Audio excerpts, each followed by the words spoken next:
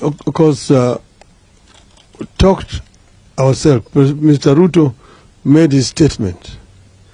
But I just want to say that that was not the basis of the understanding between the parties that were negotiating or talking between us. That statement fell far short of what had been agreed, and they know it. And that's why in our own statement, we reiterated firmly what was going to be the basis of our engagement with Kenya Kwanza. And what we have reiterated in this statement is not different.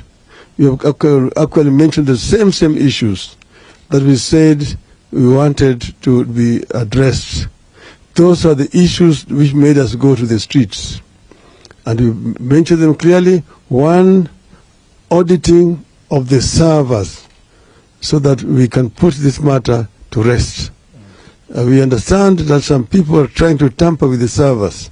They need to know that we are watching them. We know it, and we also know that's why we are talking about a forensic audit by experts, so that the truth can come out finally, and we put that to the end.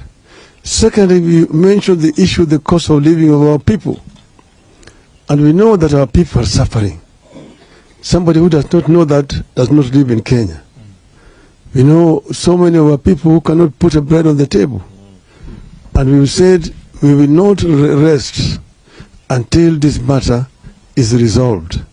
And we said that the government does not even need any committee on this issue. We have just talked about basic costs. We talked about unga.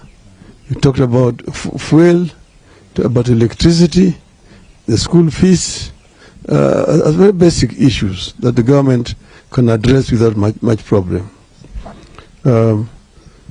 Secondly, I don't know where you got your information from, but Senator Coons left Nairobi, I think it was on Sunday last week, because I talked to him on Monday, and he had already arrived in Washington, D.C. Because he met the other side, and he also came and met with us. And we told him exactly what we know and the reason why we are actually going to the streets. And he said that that is our democratic right, to go to the street to protest peacefully. He did not see anything wrong with us doing that at all. So, but we need to know that we are not a colony of the United States. So we do things as Kenyans. We are happy when our international friends want to come and make suggestions how we should resolve our issues. But ultimately, Kenyan problems must be solved by Kenyans, Kenyan leaders.